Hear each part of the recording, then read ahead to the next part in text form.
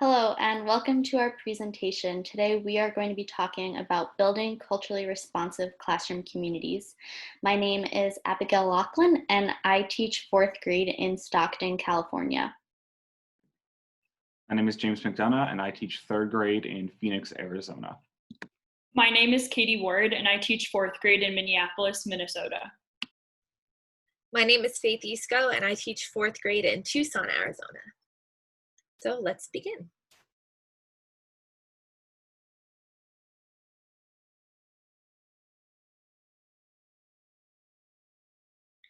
So today we're going to be answering the question, or starting to think about the question, how can Catholic school educators build a classroom community grounded in culturally responsive pedagogy? So first, let's define what that means. Culturally responsive pedagogy is teaching that recognizes the importance of including students' cultural references in all aspects of learning. So this is the agreed upon definition that we are going to use throughout this presentation today. Another phrase that we thought would be important to know going into this is cultural scaffolding, which is where students use their own cultures and experiences to expand their intellectual horizons and academic achievement. So that's bringing their whole selves into the classroom and being able to use all aspects of their identity in the learning process. So I want us to reflect on, as we are going through this, why is this important to us as teachers in a Catholic school setting?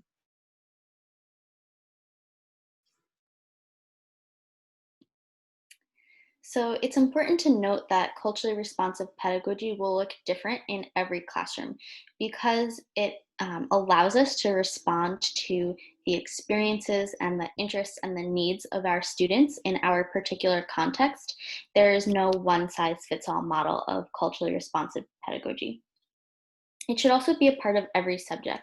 And we really feel that this is a challenge to us as educators, that so frequently we think about CRP in terms of language arts and social studies. And while those are two subjects where it is important to be culturally responsive, we can also challenge ourselves as educators to make sure that we are being culturally responsive in all subjects.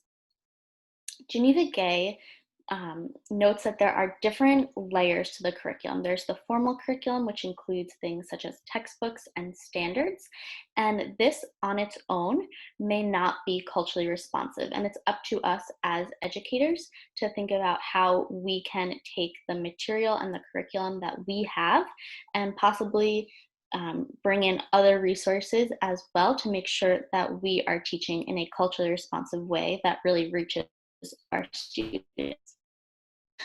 Another layer to the curriculum is the symbolic curriculum, which includes things such as images and symbols. And you can think of this as the posters that you display in your classroom or what is hanging on your bulletin boards.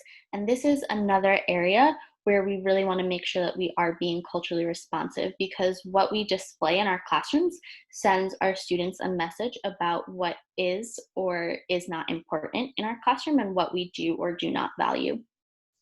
To give you some concrete examples of culturally responsive pedagogy, to start, I think it's interesting to note that before this term was even coined, 19th and early 20th century immigrants in Catholic schools were taught in a way that could be described as culturally responsive. So they were taught in both their home language and in English, and their home histories and cultures were brought into the classroom, as well as being taught about the history of the United States. And to give a more recent example, a diocese in the Midwest implemented a peace education program that was really culturally responsive because it allowed students to share their own experiences and for students to bring their own voices into the classroom, talking about their experiences of violence in their neighborhoods and communities. And then it allowed them to think about ways that they can respond peacefully and non-violently. And this is really important because this is a topic that is so frequently silenced in schools and that students aren't allowed to talk about, even though it is a part of some students' lives. And so this was an opportunity to take what students may have experienced and bring it into the classroom in an appropriate way.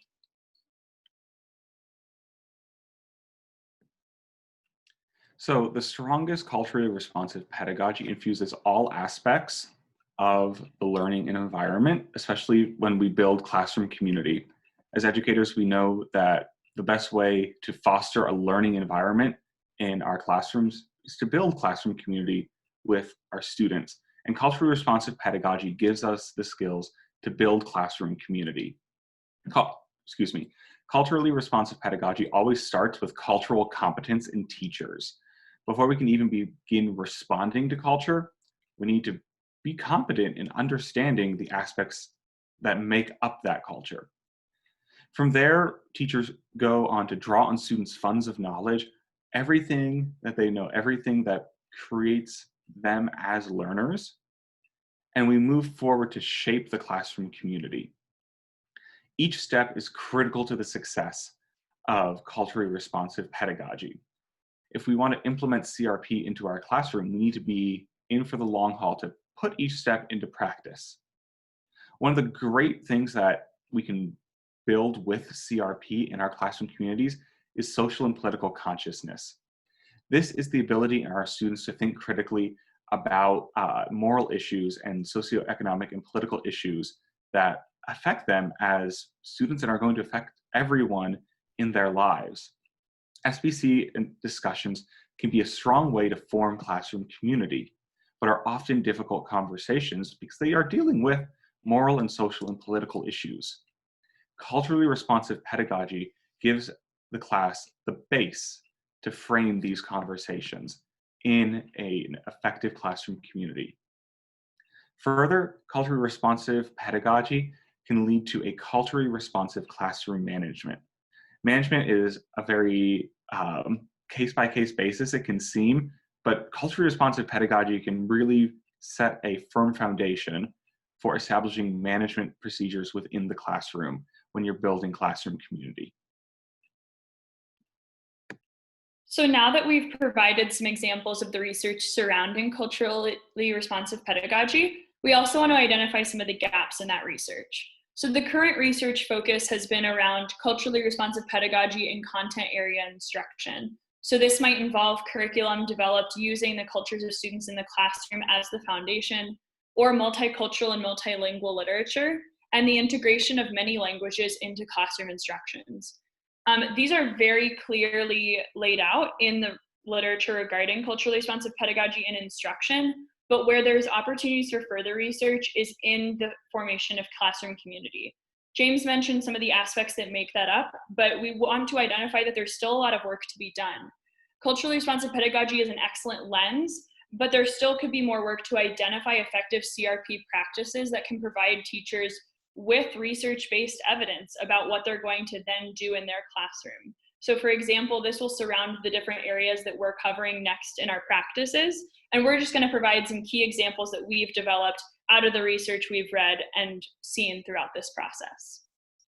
So transitioning into the next part of the presentation, we want to give you some concrete examples of ways that we plan on doing culturally responsive classroom community building in our classrooms and ways that might have worked for us in the past.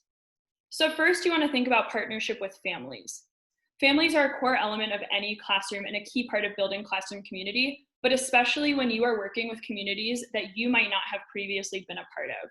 One method to involve families is through a family survey. This survey can be given at the beginning of the year, and then it can serve as a basis for your work going forward.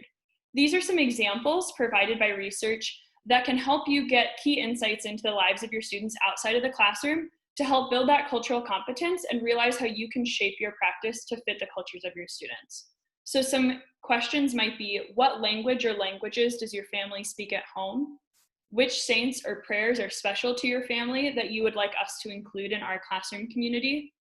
Which holidays do you celebrate as a family? What values are important to you that you would like your child to grow in this year? These are just some examples, but we encourage you when you're coming up with that family survey that you're going to give to your families at the beginning of the year, consider how you could use that as an opportunity to be culturally responsive. I personally did this in my classroom through something that's related to the image on the slide here. I asked my parents what saints or prayers they'd like to include.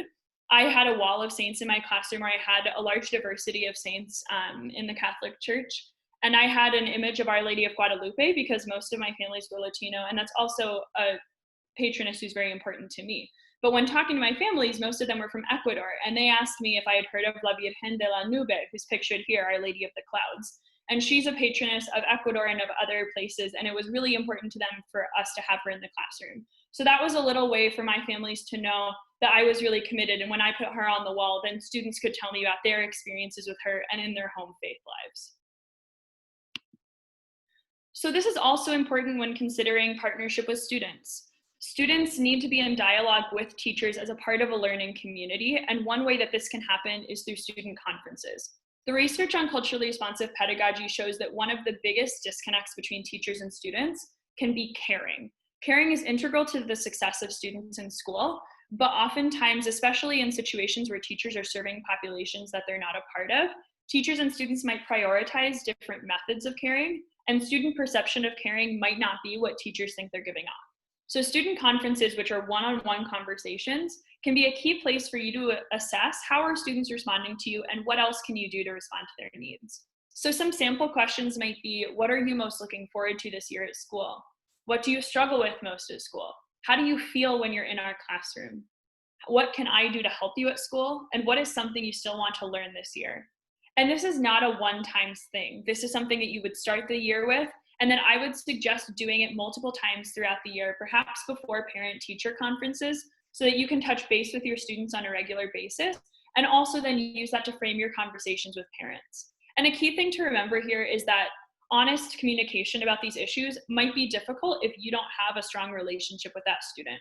So this needs to be partnered with the strategies you use throughout the year to draw close to students, to help them know that you're there for them, and having that open and honest communication that often comes through strategies through your classroom management and the other formation of classroom community. And this can all help students know that their voice is important and prioritized in your community.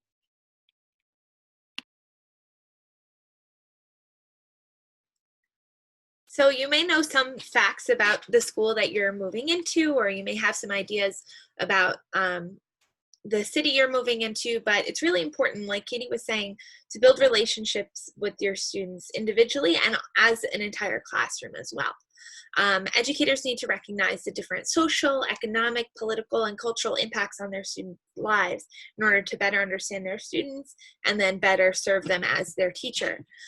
So when we build culturally responsive classroom communities, it's something we have to commit to every single day when we move into the classroom. So one way we can do this is by creating a classroom covenant or a community contract. These are phrases I'm going to use interchangeably, but it's basically going to be a code that you can use that's made up with your class for what your expectations are together in your learning environment. And again, I want to stress that it's something that you should, an activity you should do with your class, not just for your class. And this is important, as I'll talk about my experience with fourth grade, but this is something you can do in middle school and in high school as well, to take the time to come up with these contracts or this covenant so that you can use it all year long. It's a really solid foundation to start with. So in facilitating this discussion, you're going to ask questions like, what's important for all of us to be able to do our best in this classroom? Or what experiences have you had in other classrooms that helped you feel safe and ready to learn? These conversations will help kids think about what they value and their own experiences and how they can set goals and help contribute to the community expectations. And also we can use our faith to inspire these commitments as well. So in my class, we used 3 simple, effective things that we came up with through a chalk talk. The students came up and wrote down on the board what was important to them. We found the similarities, and then as a teacher, I helped them come up with the language of these 3 rules that helped us, continue forth through the year with a community where everyone could be where everyone's voice is valued. Because again, students need to know that they're valued and that we care about them.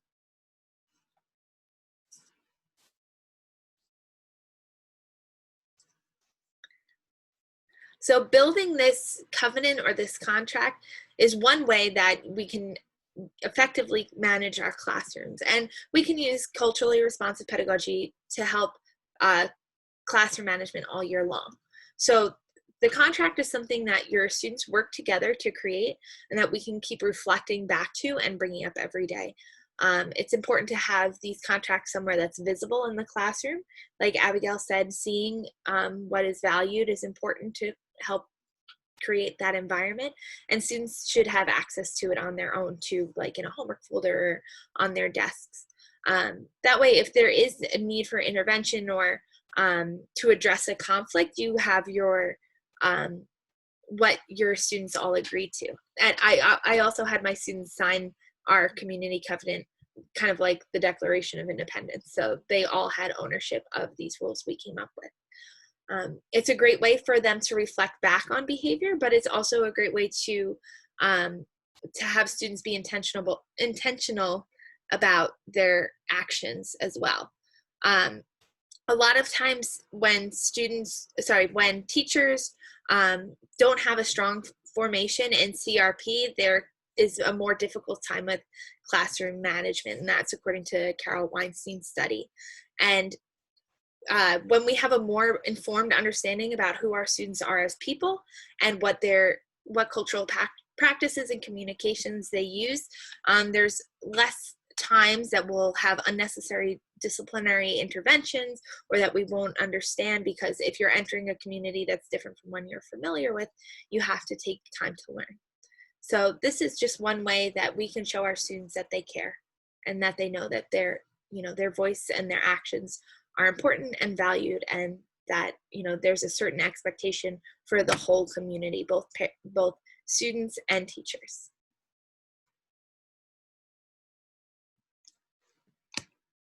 Culturally responsive pedagogy is especially important in Catholic schools. As the Catechism notes, the word Catholic means universal. The Church is Catholic because she has been sent out by Christ on a mission to the whole human race. What this means in practice is that no one race, ethnicity, language, or nation gets to lay claim and ownership to the Church. So that implies that all races, ethnicities, languages, and nationalities contribute to the Church and have a right to be in the Church. What this looks like as educators in a Catholic school classroom means that we should ask our families and students what saints they celebrate at home, as Katie demonstrated. And then we bring them in to the classroom and celebrate them at school. In my own practice, it looked like teaching about saints to whom my children gravitated, to whom they already had a relationship with. In my classroom last year, this looked a lot like learning about Saint Teresa of Lisieux and Saint Jose Sanchez del Rio, both young saints who proclaimed the gospel and lived fiercely for Christ. We'd incorporate multilingual prayers as appropriate. In my school, it was not uncommon to hear kids pray in Spanish as well. 90% of our student body speaks Spanish at home. Whatever language your children are speaking, bring that in to prayer. God hears all prayers regardless of the language. And lastly, it's especially important as ministers and educators within the Church to proclaim the universality of the Church. The Catechism is quite clear that the Church is universal for all peoples. As educators, that is a truth that we get to joyously proclaim, that the Church is for all peoples.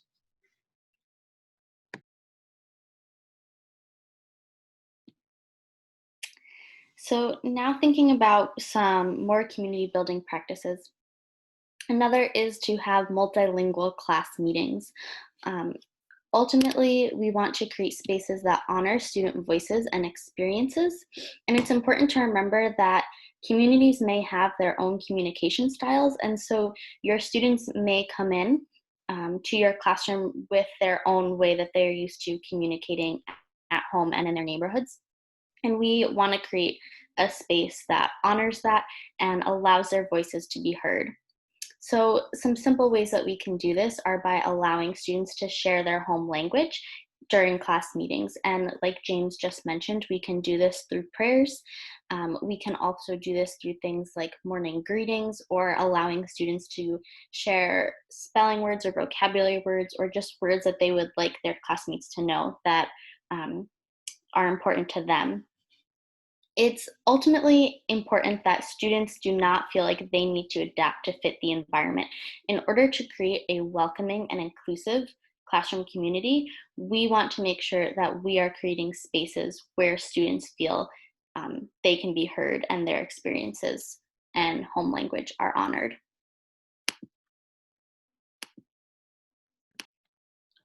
Thinking too about more practices that we can put into place in our classrooms, we can always think about read alouds. Read alouds are a powerful tool from pre-K to college and beyond. Regardless of whether we're elementary, middle school, or high school teachers, we can incorporate read alouds into our classroom. As Dr. Rudine Sims Bishop said in 1990, children's literature can serve many purposes. She used the language of calling them windows, mirrors, and sliding glass doors. Windows which allow children to see through to another world, mirrors where their world is reflected back to them, and sliding glass doors that allow students to enter in to new worlds. These are great ways to think about literature that we bring into the classroom.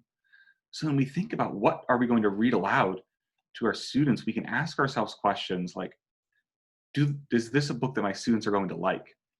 Is this a book that has a protagonist that looks like, that acts like, that comes from the same place as my students? Are you going to choose books that have different protagonists from your students? When you're sending out your family survey, can you ask families, what books have you read? What books would you like me to read to your students? And bring those in. When you think about the books, are you going to be using them to address stereotypes at all?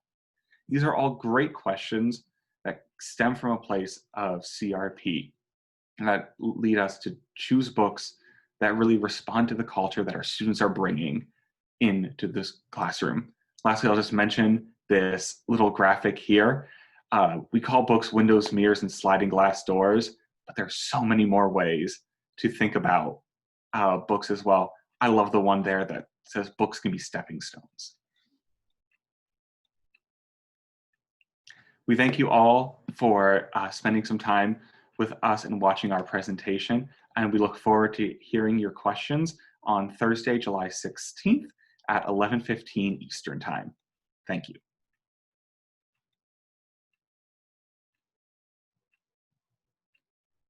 And our references are just at the end for further reading.